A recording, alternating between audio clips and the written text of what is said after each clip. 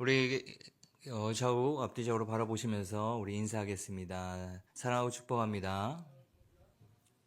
사랑하고 축복합니다. 네. 오늘 이 로마서 5장 12절에서 18절 말씀과 또 어떤 신앙이어야 하는가를 오늘 제목을 통해서 우리 함께 은혜를 나눠보고자 합니다. 먼저 여러분들에게 묻겠습니다. 지금 여러분들의 인생에 가장 중요한 문이 무엇입니까? 지금 내가 이것을 열고 들어가야만 내가 무언가 이룰 수 있고 내가 생각하는 무언가를 계획을 목표를 이룰 수 있는 그 문이 무엇입니까? 어떤 사람은 이제 우리 청년들 같은 경우에는 이제 대학생이 되고, 또 어떤 사람에게는 직장이 되고, 어떤 사람에게는 결혼과 가정이 되고, 또 혹은 우리 당장 앞에 놓여 있는 이 새로운 도전들이 있습니다. 또 이 시기에 우리는 나는 어떤 사람이어야 하는가? 또 우리 그리스도인들, 우리 신앙인들은 나는 어떤 신앙인이어야 하는가? 이런 질문을 스스로에게 한번 진지하게 던져볼 필요가 있습니다.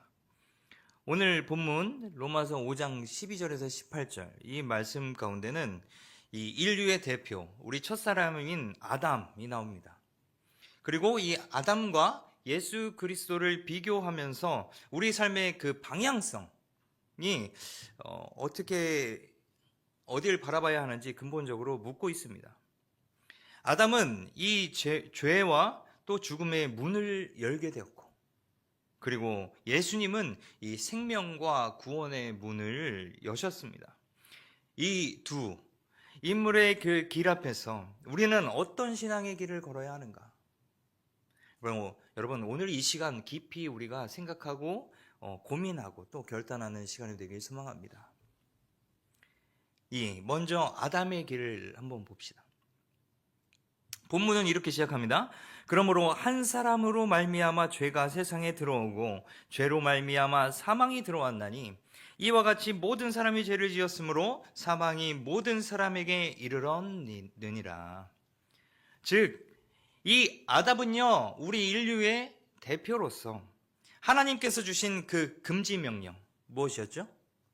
선악을 알게 하는 나무의 열매를 먹지 마라. 그러면 반드시 죽는다.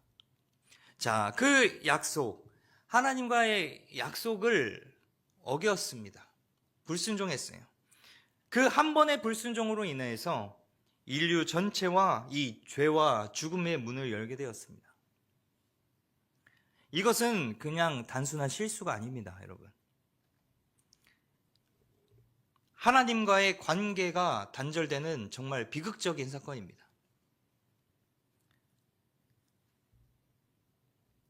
그렇다면 여러분, 오늘날에 우리 시대에는 우리 시대의 그 아담은 누구입니까?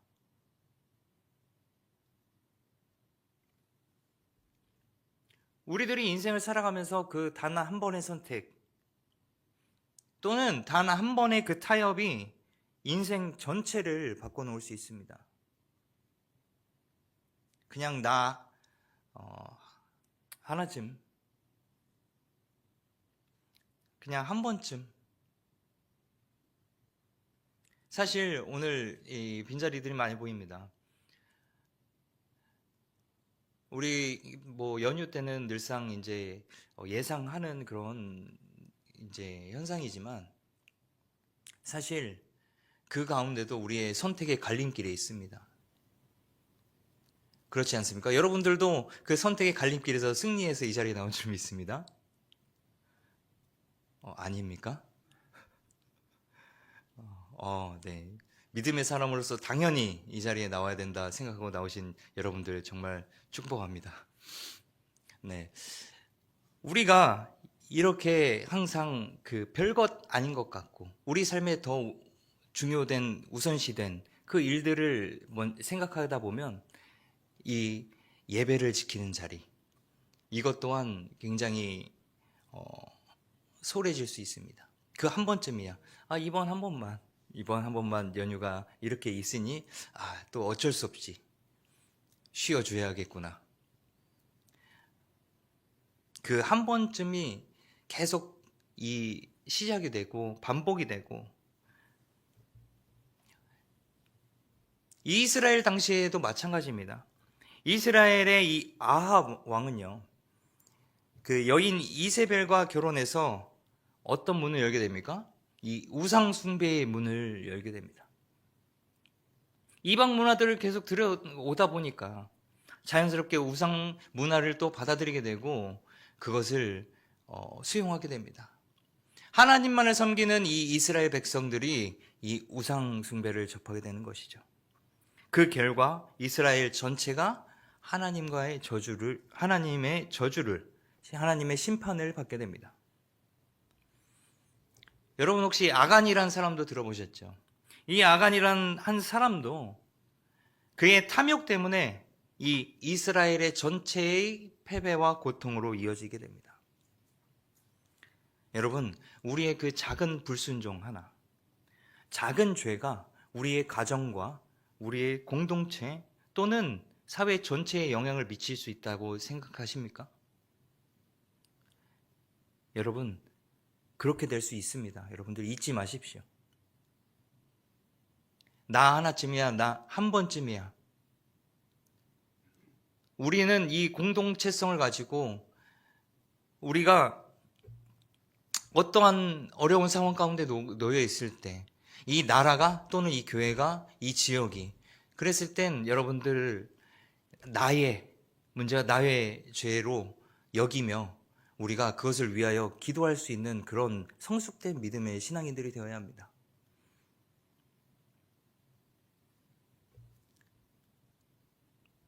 반대로 나 하나로서 인해서 이 교회와 우리의 가정과 또 우리 지역과 우리 나라가 위험해질 수 있다.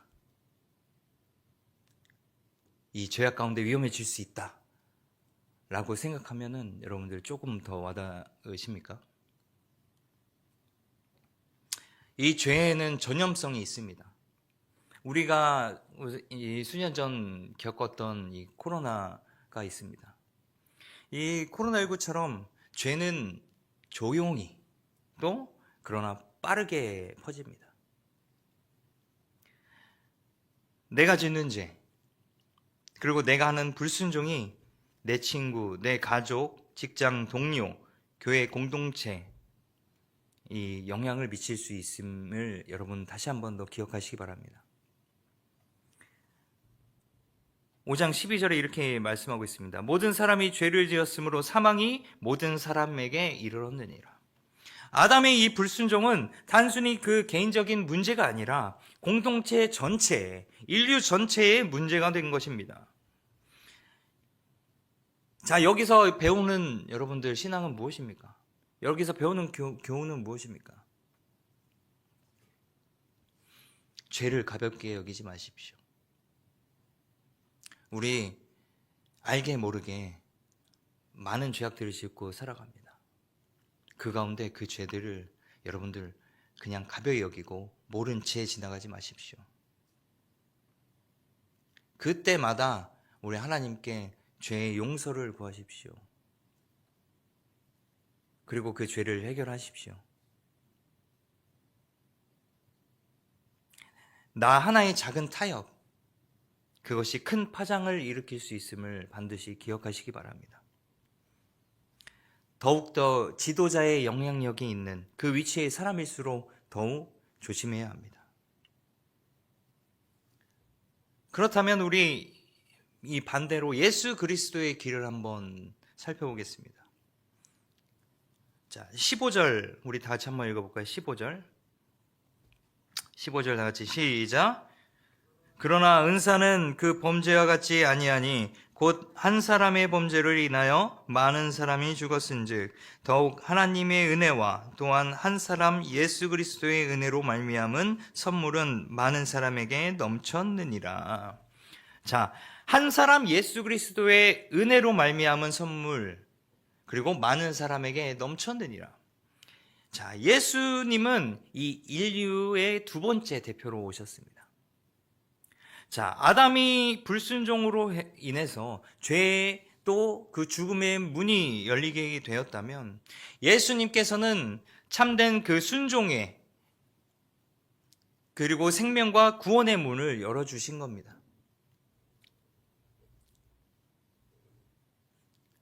그러므로 이 예수님을 통하여 우리는 그 순종을 배우고, 또 우리의 생명이신 이 예수 그리스도를 온전히 의지하고 따라야 하는 것입니다.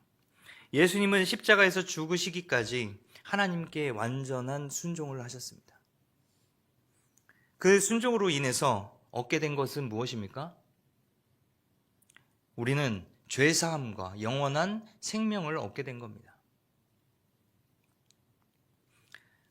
한 사람의 순종하심으로 많은 사람이 의롭다 하심을 받아 생명에 이르렀느니라.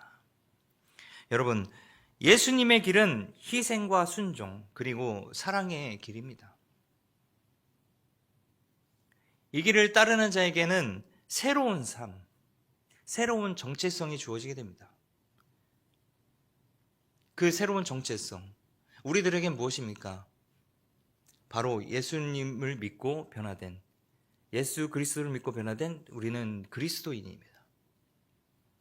자, 그 새로운 삶을 갖고 우리가 이 세상을 살아갈 때 주시는 그 세상 가운데 주는 많은 도전들이 있어요.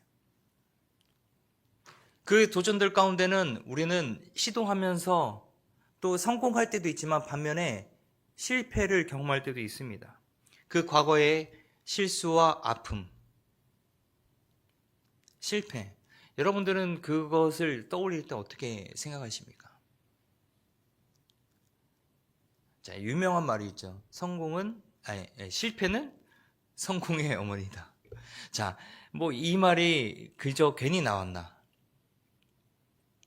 돌아보니까 우리 과거들의 그 실패들을 통하여서 우리는 숱한 이 삶의 방향성을 조정하고 또 새로운 계획들을 세워나가며 더욱더 이 깊이 그것을 돌이켜 봄으로써 새롭게 나아갈 때 또 그 착오들을 고쳐나가면서 그 성공의 한 걸음 한 걸음 발걸음을 내딜 수 있다는 그 의미를 뜻하는 거지 않겠습니까?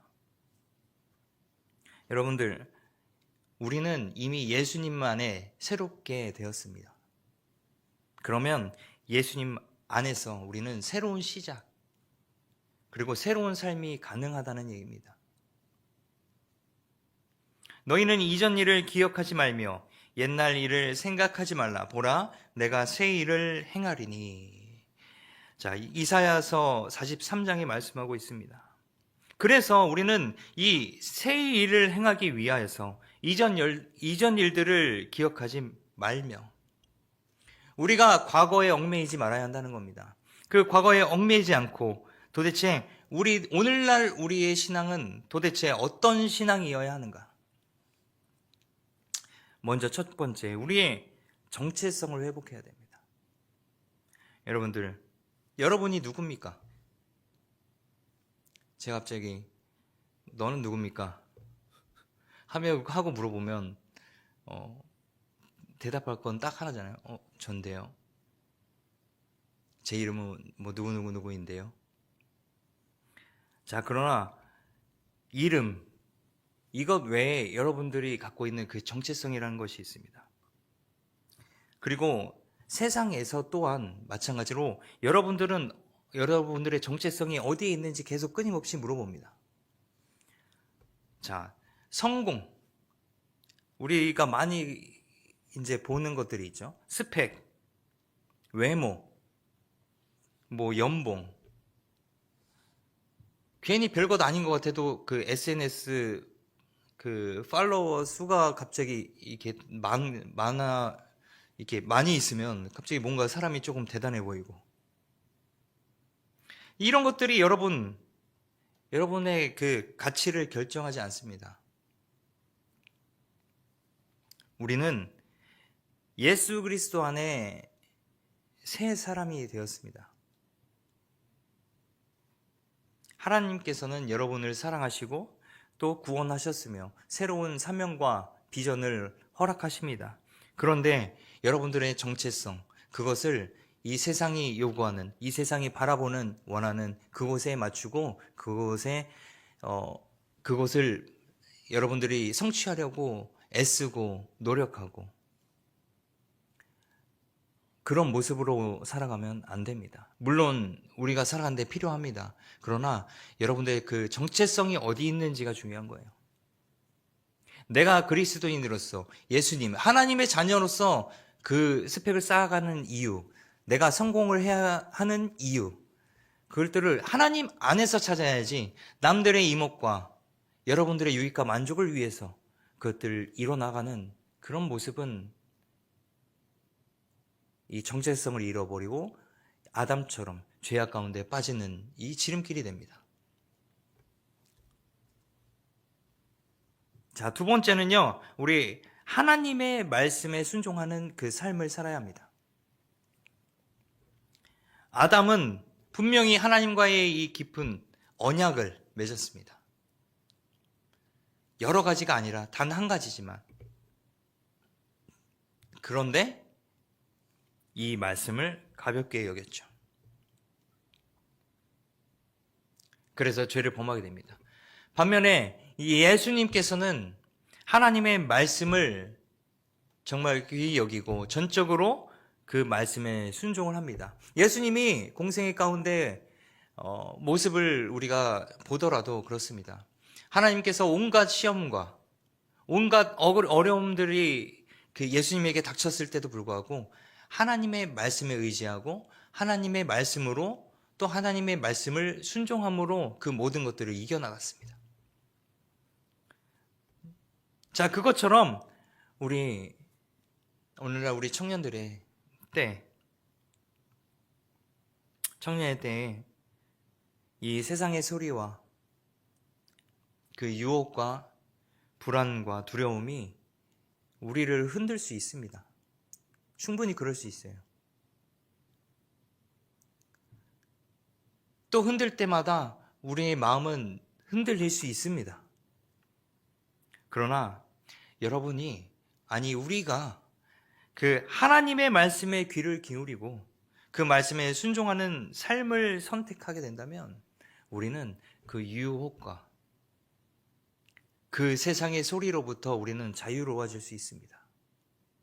왜냐하면 우리의 정체성을 올바르게 세우고 우리가 바라보는 가치관과 이 세상이 원하는 가치관이 달라지기 때문이에요.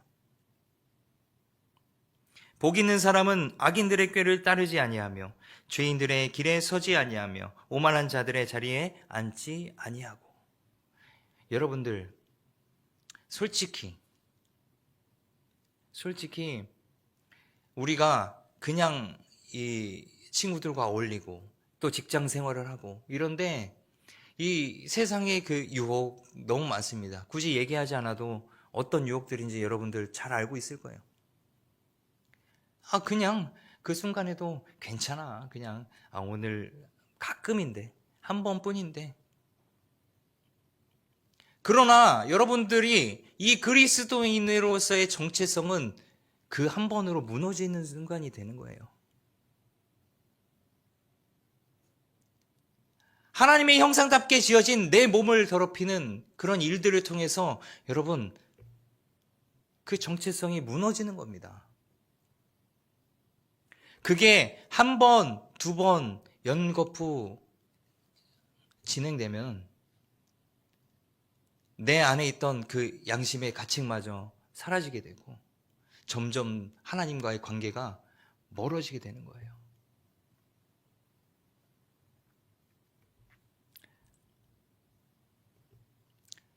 여러분들 복 있는 사람이 되십시오. 악인들의 꾀를 따르지 마십시오. 그 죄인들의 길에 서지도 마시고 자리에 앉지도 마십시오. 그것이 여러분들 복 있는 사람이 되는 길입니다. 바로 복 있는 사람은 우리 하나님과 함께 그 영원한 생명이 약속된 하나님의 자녀들입니다. 바로 우리들이에요. 여러분들이에요. 그러니 복 있는 사람답게 살아가시기 바랍니다. 너희 젊은이는 이상을 볼 것이며 또 묵시가 없으면 백성이 방자히 행하거니와. 자, 우리가 하나님의 말씀 안에서 이 말씀을 사모하고 말씀을 의지하면 우리의 정체성이 바로 서는 것뿐만 아니라 우리의 꿈을 새롭게 발견하게 되고 우리의 삶이 하나님의 나라를 위하여 헌신하게 되어집니다.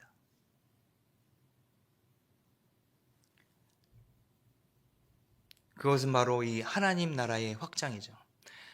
우리가 하나님 나라 하면 떠오르는 것은 이 세상을 이제 마친 후에 일들을 이제 기회 생각을 하는데 그것뿐만 아니라 우리에게 주신 이 땅 가운데 이 삶 또한 하나님의 나라입니다. 또 하나님을 모신 내 마음, 이 나의 몸, 거룩한 몸 또한 하나님의 나라입니다. 그래서 우리는 이 나라의 확장을 위하여 우리 영혼이 새롭게 되고 더욱더 성숙되어지는 것뿐만 아니라 우리 그리스도의 복음을 이 안에만 두는 것이 아니라 우리 전하며 그것을 나누는 그 생명을 나누는 삶을 살아가는 신앙인이 되어야 된다는 거예요. 예수님께서도 예수님의 그 생명을 나눠 주셨습니다. 우리도 이 받은 그 생명을 우리들의 이웃과 가족과 친구들과 그 세상과 나누는 신앙인이 되어야 합니다. 새롭게 된 우리, 변화된 우리는 우리대로 살 테니 너네는 너네대로 살아라 가 아니라 우리의 삶, 그리스도인으로서의 맡겨주신 우리의 삶은 항상 그 사실을, 그 기쁜 사실을 감추지 못하게 되어 있습니다. 예수님을 사랑하고 하나님을 사랑하는 만큼 그 기쁨은 우리는 감추지 못하게 되어 있어요. 그래서 전할 수밖에 없게 되는 겁니다. 나눌 수밖에 없게 되는 겁니다.